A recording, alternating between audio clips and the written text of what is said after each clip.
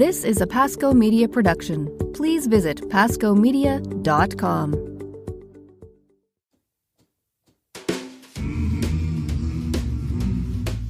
In Latin, Renovo means to renew, restore, or revive. This is the show where we explore the miraculous nature of the mundane as we look at one part of the Catholic tradition to help you engage more fully in the practice of faith. Past episodes are available at renovopodcast.com. I'm Doug Tuke, and today we take a look at maybe the hottest topic in church teaching right now, which is basically homosexuality. All right? The Catholic Church's take on understanding of actual teachings therein on homosexuality. I am excited to do this show, and I'll tell you why. I had an actual experience with a parent who pulled their kids out of the youth ministry that I was working in recently because I made it very clear that homosexuality is not a sin, that the Catholic Church does not teach that. It just simply doesn't teach that. And the response by the parent was, I'm not comfortable with what you're teaching my children. Love the sinner, not the sin. And so we had to have a little conversation on the phone about it. And I got to tell you, I was very uncomfortable with having to defend the Catholic faith. I felt like, wait a minute, is there that big of a marketing gap that people don't actually understand what the Catholic Church is teaching on this topic? And it just drove me to want to do the show because I just think clarity is such a huge part of healthy evangelization. In fact, I always love to say dispelling superstition is one of the keys to moving forward in evangelization. So we're going to do it. We're going to talk about homosexuality. We're going to talk about what specifically the church teaches from the Catechism and also from the incredible documents of our United States Catholic Conference of Bishops, just regarding just good fluid language that should be on our tongue, that should be the language we use when we talk about loving and welcoming our homosexual brothers and sisters. So without further ado, USCCB, United States Catholic Conference of Bishops, wrote a nice little letter, little document, Ministry to Persons with a Homosexual Inclination in 2006. And on page 13, here's what it says. The Church seeks to enable every person to live out the universal call to holiness. Persons with a homosexual inclination ought to receive every aid and encouragement to embrace this call personally and fully. This will unavoidably involve much struggle and self-mastery, for following Jesus always means following the way of the cross. The sacraments of the Eucharist and of penance are essential sources of consolation and aid on this path. So here's what we're going to do. We're going to kind of just like name some of the bigger myths that are out there regarding church teaching, and then we'll just sort of dispel the myth with the truth, what the church actually has to say. I think this is probably the best format for really unpacking this topic. So the first myth, the myth is the Catholic Church encourages a negative attitude towards people who identify as homosexual. This could not be really further from the truth. In fact, that's really just kind of a fabricated element of alienation, sometimes by both the heterosexual and by the homosexual community, for purposes of just not wanting to engage truth. But here's what the Catholic Church teaching actually says. Catechism 2358, the Catechism of the Catholic Church says that persons with homosexual tendencies, quote, must be accepted with respect, compassion, and sensitivity. Every sign of unjust discrimination in their regard should be avoided, period. Okay, so the church continues, Jesus' mission specifically, okay? That's the whole point of the mission of the Catholic faithful. It's about offering salvation to all people, including those with same-sex attractions. There's no exclusivity here, okay? The Catholic Church welcomes parishioners with same-sex attractions as God's beloved sons and daughters and strives to share with them the joy of the good news of God's unconditional love, period. All right? Put that on the placard on the wall. The doors must be open. If you are not going to church because of all the hypocrites and the sinners, you kind of miss the point, okay? The point of the faithful is to gather all of us with our mess and our brokenness and whatever our sexual tendencies are, not a church for the pure and the healthy. Remember, it's a church for the sick. and the broken. Okay, so let's be really clear. It's not a place of exclusivity ever. The very language of the mission is to have an open door to welcome all to the table, all of us, regardless of sexual tendency. Okay, there's no, if you are uncomfortable with that, that's on you, but that's not a reflection of the church. Okay, here's another myth. The church condemns persons with same-sex attractions and believes that persons with same-sex attraction should just pray it away. It'll go away, and someday it'll leave you. That could not be a bigger myth in good, healthy Catholic teaching on this topic. So the church actually says, the church teaches that homosexual acts are morally unacceptable, and the church teaches that homosexual inclinations are not sinful in themselves. The church recognizes that in a significant number of persons, their homosexual desires are deeply seated. That's actually the language that's used. And that these desires will accompany them throughout their life. That's never going to go away. That's just who our homosexual brothers and sisters are, okay? The Catholic Church does not endorse an approach that requires all persons with same-sex attractions to become straight or heterosexual. That is not the language of the church. That is not in the teaching of the church in terms of how it builds community. So the church teaches very clearly that God calls all persons, including those with same-sex attractions, to live the virtue of chastity. And that is a word we hate to talk about. Okay, for persons with same-sex attractions, living chastely includes not engaging in homosexual acts. And since living the virtue of chastity for all Christians, heterosexual or homosexual, involves discipline and choosing not to indulge in certain desires, the church also encourages all Christians to persevere in this struggle by welcoming God's unending mercy and unending grace. So specifically, it's really actually the same language and the same teaching. Let's take a break here for a minute. Let's talk about chastity specifically. Okay, chastity is akin to purity. Okay, they're almost synonymous. In fact, the words chaste and chastity actually come from the Latin word castus, meaning pure. So before we can teach anybody about chastity, we got to first understand what it means ourselves specifically. Okay, the word chaste and chastity, coming from castus and purity, has deep historical implications. Okay, so historically, chastity has been defined as abstaining from sexual conduct according to one's state in life, or the practice of courtly love and romantic friendship. So cleanliness through cultivated good health and hygiene, and maintained by refraining from intoxicants. Okay, that's basically what the definition means. Okay, so to be honest with oneself, one's family, one's friends, and to all of humanity, striving for purity is part of chastity, being honest about who you are. So embracing of what is called moral wholesomeness and achieving purity of thought through education and betterment are part of this pursuit of a chaste life. It's really the call to sainthood. That's really what this means. So the ability to refrain from being distracted and influenced by hostility, temptation, or corruption is part of purity. And when you ask a person today what chastity means, they most often think of chaste or chastity belts or sexual abstinence, and specifically sexual abstinence before marriage. Chastity in marriage means complete fidelity to a husband and or a wife. Okay, so the word chastity has become synonymous with and is often used interchangeably with sex only. But as we just explained, that's not what it means. That's not what the word challenges us to be. You can see the definition encompasses a ton more, okay? And refers not only to remaining sexually pure, but also pure in thought and body. And in the Catholic Church, chastity as a virtue is really the remedy to the deadly sin of lust. Okay, so those who are chaste are morally clean in their thoughts, words, and actions. Chastity means not having any sexual relations before marriage, heterosexual or homosexual. It also means complete fidelity to husband or wife during marriage. Okay, it's an ideal.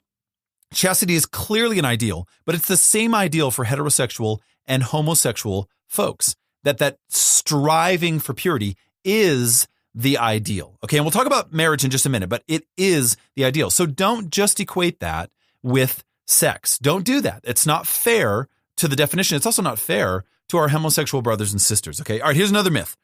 Another myth. At a practical level, the living out of the teaching of the Catholic Church on homosexuality means that people with same-sex attraction will always be lonely. Okay. The teaching of the Catholic Church encourages, like we said before, the virtue of chastity. And it includes seeking a life filled with meaningful friendships and relationships specifically. All right. Now, these relationships will not involve homosexual acts. Okay. Christ-centered relationships can offer opportunities for persons with same-sex attractions to share pure love with other persons. Okay. One important place where persons with same-sex attraction should be able to experience authentic friendships is specifically in faith community. And this is heavily encouraged, which means Catholics, our doors must be open to build community for the sake of healthy relationships. Quite frankly, we need to do that for our heterosexual brothers and sisters as well. Members of parishes, we should be making extra efforts to welcome persons with same-sex attraction so that they may form friendships that provide mutual support on this path to Christian spiritual life, to Christian perfection, purity, all the things that chastity calls us to, all the things that discipleship calls us to. I mean, this is a much bigger narrative, a much bigger commentary. Parish life should be that place. It should be a community, all right? The United States Catholic Conference of Bishops affirmed that the church community is, quote, a place where the person with a homosexual inclination should experience authentic friendship. All right, this is what it says. This community can be a rich source of human relationships and friendships, so vital to living a healthy life that it's irreplaceable. Okay, absolutely irreplaceable. Okay, within the church, human friendship is raised to a new order of love, that of brothers and sisters in Christ. And that's in the same document, Ministries to Persons with Homosexual Inclinations. Okay. Powerful stuff. Powerful stuff. Okay. Here's another myth. The Catholic Church has no sympathy for the struggles of persons with same-sex attractions. Okay. That's ridiculous. Okay. Catholic teaching, specifically the Catechism of the Catholic Church, emphasizes that persons with same-sex attractions experience a particular spiritual trial. That's in the Catechism 2358. Pope Francis emphasized this during the Year of Mercy big time. He says, God's mercy is able to forgive all sins, and God's grace accompanies all those who struggle to live up to the high standards of chastity. Okay, so the Catholic Church teaches that persons with same-sex attractions, quote, by the support of disinterested friendship, by prayer and sacramental grace, they can and should gradually and resolutely approach Christian discipleship, or what is also narrated as Christian perfection. That's in the Catechism 2359. This is what this means. The pursuit of discipleship is very consistent. Okay. It's very consistent. We got to find that consistency, that solidarity in our relationships. All right. Since all Christians are striving to live virtue. Okay. We all experience moments of weakness and frustrations. Okay. Christians with same-sex attractions can provide a very powerful and inspiring witness to other Christians of the beauty of genuine love that is perfected through sacrifice and persistent cooperation with God's grace, the disciplines that it takes to grow as a disciple. Okay, the witness of persons with same-sex attraction who genuinely strive to live chastity provides encouragement to persons of all sexual orientations. Okay, it's teaching us to rely on the power of God's mercy and grace that make it even possible to love in ways that are truthful and pure. There is so much gorgeous solidarity. There's so much for us to learn from our homosexual brothers and sisters. We continue to alienate and demonize, and yet we have so much to share in this common journey of the spiritual life. And it's clearly taught through the church. And here's a pretty hot one, okay? Here's a myth. Pope Francis is going to change the teaching of the Catholic Church on homosexuality, and eventually gay marriages might be recognized by the Catholic Church. That is just simply a horrible misunderstanding of anything that Pope Francis has said. But this might be actually the most controversial aspect of the discussion of homosexuality in the context of the Catholic faith. So in Pope Francis's recent publication, Amoris Laetitia, He underlines the teaching of the bishops at the recent synod who emphasized that, quote, there are absolutely no grounds for considering homosexual unions to be in any way similar or even remotely analogous to God's plan for marriage and family. That's in paragraph 251. So let me be really clear about something. The Catholic Church has consistently taught that God designed marriage to be a permanent and exclusive, quote, one flesh union of love between a man and a woman that is open to life. Okay, the teaching of the church is based on sacred scripture and the consistent teaching tradition of the church. It hasn't changed.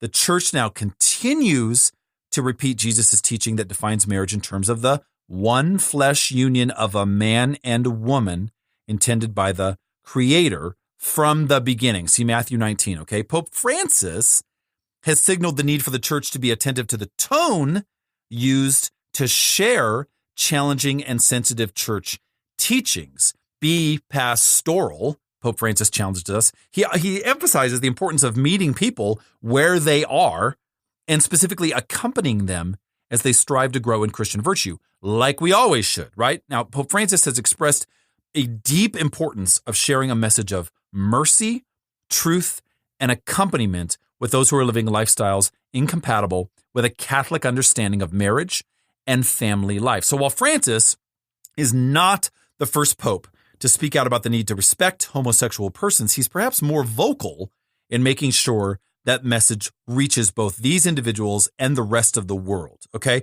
So the Pope's approval of an apology to the gay community can also be seen as a continuation of his 2 synods of bishops on the family specifically. So on one of the issues addressed at the 2014 and 2015 synods was how the church might adopt a new language in communicating her teachings in modern society, particularly in relation to topics such as abortion, euthanasia, homosexuality, and divorced and remarried Catholics. That's pastoral teaching, all right? In the words of Cardinal Timothy Dolan of New York, who spoke at an October 8, 2014 event in Rome, adopting a new language was not just, quote, a question of the immutability of the church's truth, but our burning desire to find a language that can present it in a more gracious, compelling, and cognate way. Okay, so phrases such as natural law, intrinsically disordered, and, quote, living in a perpetual state of sin, which are used in the Catechism to describe various irregular situations,